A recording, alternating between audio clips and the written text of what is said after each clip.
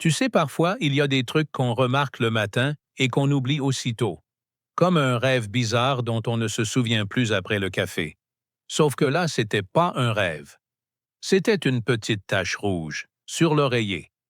Pas énorme, pas dramatique, mais rouge, du sang. On est en Bretagne, début février, tu vois le genre.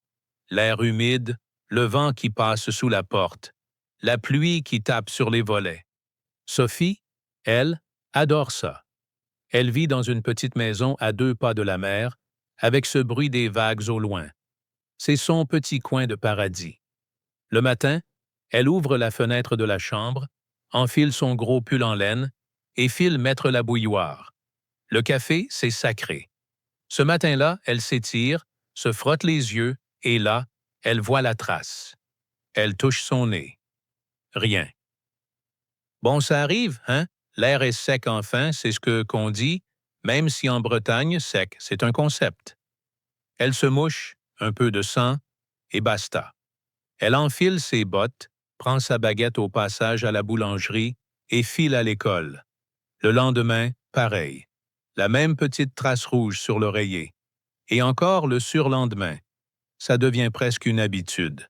Comme si ça faisait partie du réveil. Lever, café, mouchoir. Franchement, elle en rigole presque. C'est rien, ça va passer. Et puis tu sais ce qui est marrant? C'est que parfois, c'est justement ces petites choses, celles qu'on prend à la légère, qui racontent une histoire bien plus grande.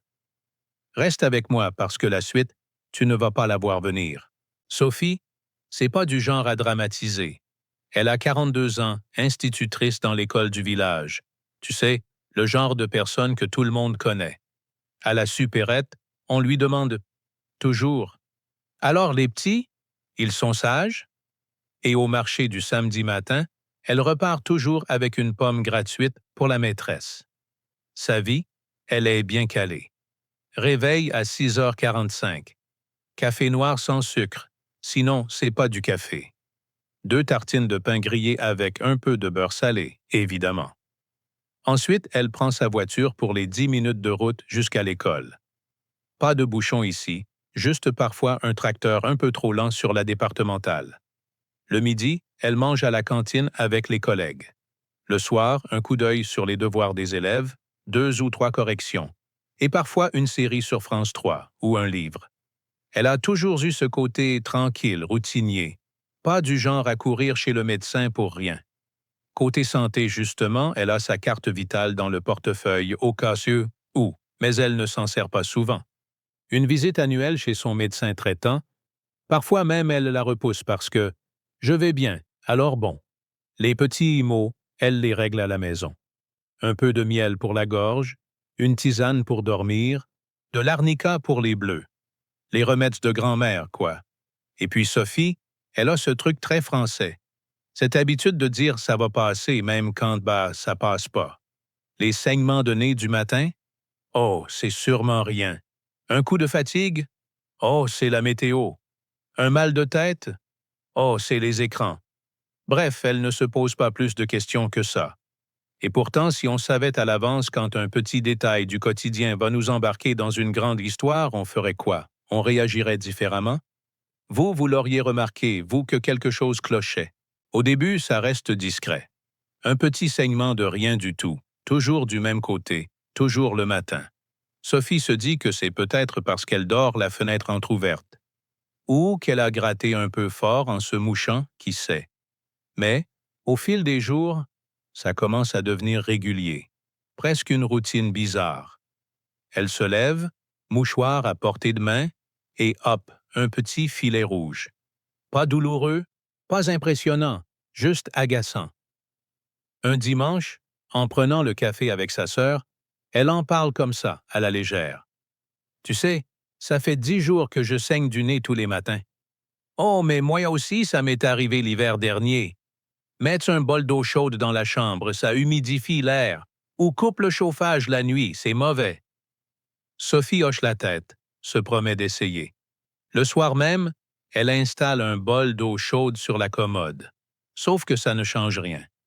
Et puis, il y a autre chose, cette fatigue qui s'installe. Pas la grosse fatigue de fin d'année scolaire, non. Plutôt un truc diffus, comme si elle avait toujours un peu de sable dans les yeux, même après 10 heures de sommeil. Mais encore une fois, elle trouve une explication. Normal, avec 28 gamins de CE1 qui crient toute la journée. Le problème, c'est que quand on met tout sur le compte du stress ou du boulot, on finit par ne plus voir les signaux d'alerte.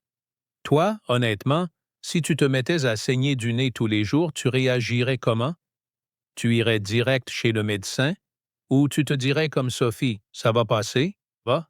Et puis, un matin, ça dérape. Sophie se réveille, comme d'habitude. Elle se lève, étire les bras, va vers la cuisine, et là, elle sent ce petit picotement dans le nez. Elle prend un mouchoir, et cette fois, ça coule plus fort que d'habitude. Un vrai petit filet qui ne s'arrête pas. Elle pince son nez, comme on lui a toujours dit de faire. Elle s'assoit. Elle attend. Mais 5 minutes passent, puis 10. Toujours du sang. Elle commence à se dire que c'est bizarre. Et puis elle regarde l'heure. Mince, elle va être en retard à l'école. Elle se change en vitesse, attrape un autre mouchoir, sauf que sa blouse claire était déjà tachée. À l'école, ses collègues la voient arriver avec le nez encore rouge. L'une d'elles, Claire, lui dit direct. « Sophie, va voir un médecin. Sérieusement. C'est pas normal. Oh, mais ça va aller. Non, mais là, t'as vu l'état de ta chemise? Va consulter tout de suite. Tout de suite. » Bon, elle promet. Mais chez elle, le soir, elle prend son téléphone, ouvre Doctolib et évidemment, pas un seul créneau avant 10 jours. Elle soupire, referme l'application. Le lendemain, elle passe quand même à la pharmacie. Le pharmacien, sympa, lui conseille un spray nasal pour hydrater la muqueuse. Ça devrait régler le problème en quelques jours. Elle le remercie, repart sous la pluie, rassurée. Sauf que 2 jours plus tard, ça recommence. Et cette fois, en plus du saignement, elle sent un léger vertige. Pas de quoi tomber, mais assez pour qu'elle s'arrête un instant en se disant « C'est quoi ce délire? » Finalement, le fameux rendez-vous arrive. Son médecin traitant, le docteur Bernard, le genre de médecin de campagne qui connaît toute la famille depuis 3 générations, l'accueille avec son éternel. Alors, qu'est-ce qui vous amène? Sophie explique l'histoire des saignements quotidiens, les vertiges, la fatigue. Il l'ausculte, prend sa tension. Tout est normal. Il regarde dans son nez avec cette petite lampe froide et dit « Vous avez la muqueuse un peu fragilisée. Rien de grave. On va mettre une pommade cicatrisante. Évitez de vous moucher trop fort. » Elle repart soulagée. Mais au fond, elle n'est pas totalement convaincue.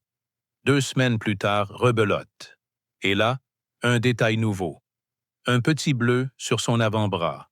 Pas douloureux, mais visible. Et Sophie ne se souvient pas de s'être cognée. Elle hausse les épaules, mais en parle quand même lors d'un nouveau rendez-vous. Cette fois, le docteur Bernard fronce les sourcils. On va faire une prise de sang, juste pour vérifier que tout est en ordre. Elle se rend au laboratoire du bourg. La dame à l'accueil, en blouse blanche, tape son nom sur l'ordinateur, lui tend les étiquettes. Sophie s'installe, tend le bras. Petit pic, et voilà. Elle repart avec ce pansement beige autour du pli du coup d'œil, en se disant qu'elle aura peut-être les résultats demain. Sauf que rien. Les jours passent. Pas d'appel, pas de mail. Entre-temps, les saignements continuent. Et chaque matin, elle commence à redouter le moment où elle posera le pied hors du lit. Comme si la journée allait commencer avec un petit rappel qu'un truc ne tourne pas rond. Et là, franchement, tu fais quoi? T'attends sagement les résultats ou tu rappelles en insistant?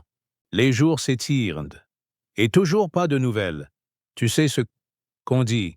Pas de nouvelles. Bonnes nouvelles. Mais là, Sophie commence à se demander si c'est pas juste pas de nouvelles, pas d'infos. Elle finit par appeler le cabinet médical. La secrétaire lui répond d'un ton pressé. « Ah oui, les résultats sont arrivés, mais le docteur veut vous voir pour en parler. » « Il peut pas me dire au téléphone? » »« Non, il préfère que vous passiez. » Bon, elle prend rendez-vous pour le lendemain. Et là, l'attente devient interminable.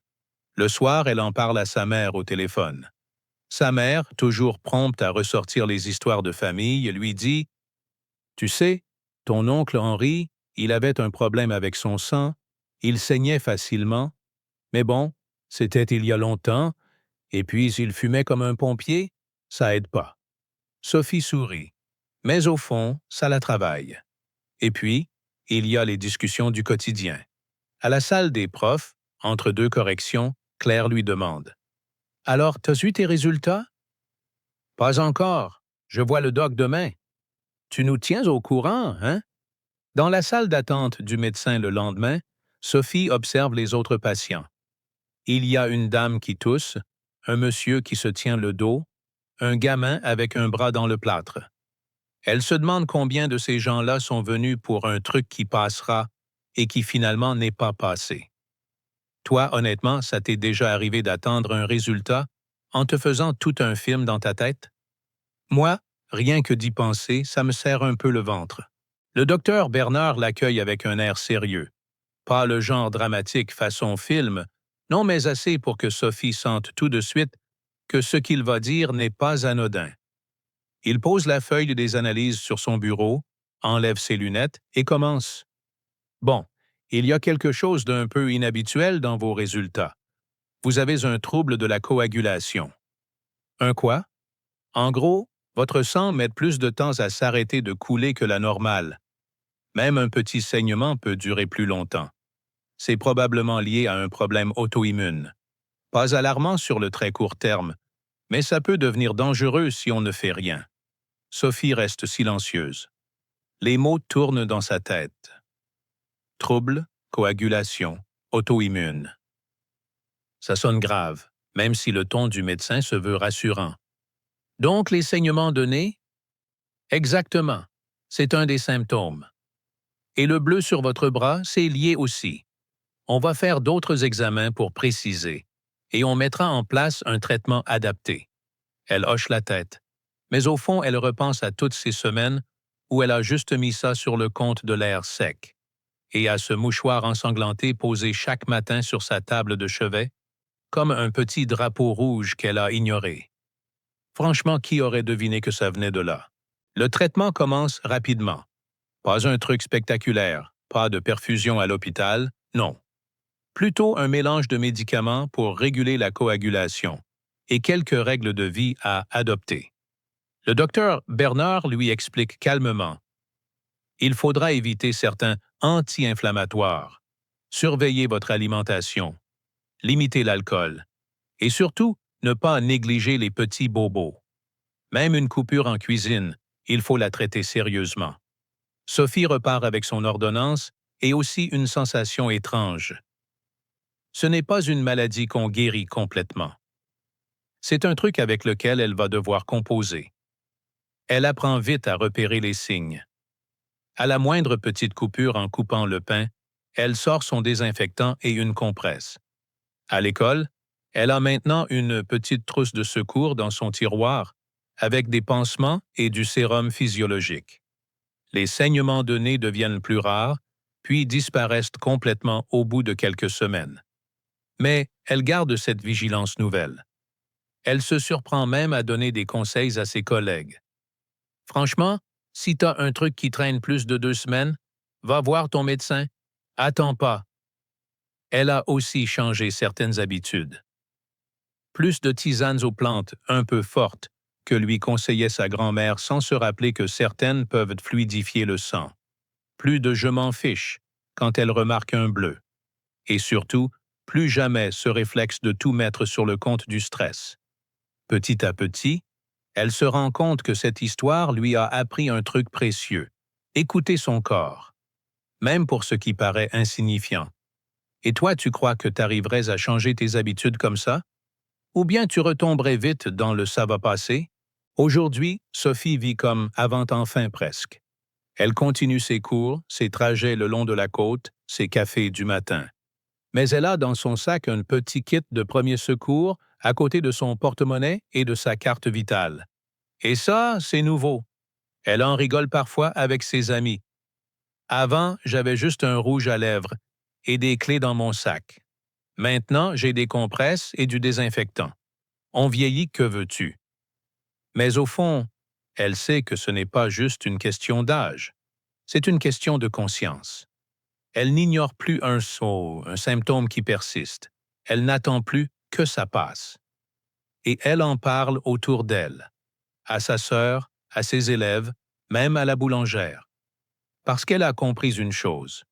Parfois, ce sont les détails les plus banals qui cachent les problèmes les plus sérieux. Et que la vigilance, ça peut vraiment changer la suite. Franchement, vous auriez attendu aussi longtemps? Ou vous seriez allé consulter dès la première semaine? Alors voilà, si un jour vous avez un symptôme qui s'installe, même si c'est juste un petit saignement de nez le matin, ne faites-un pas comme Sophie au début. Parlez-en à un médecin. Ça prend un rendez-vous. Et parfois, ça vous évite de grosses surprises. Et n'oubliez pas, cette histoire est inspirée de faits réels. Mais certains détails ont été modifiés pour préserver la vie privée. Pour votre santé, chaque cas est unique. En cas de doute, consultez toujours un professionnel. Si cette histoire vous a touché, abonnez-vous, partagez-la et dites-moi en commentaire. Vous, c'est quoi le petit signe que vous avez ignoré et que vous n'auriez pas dû?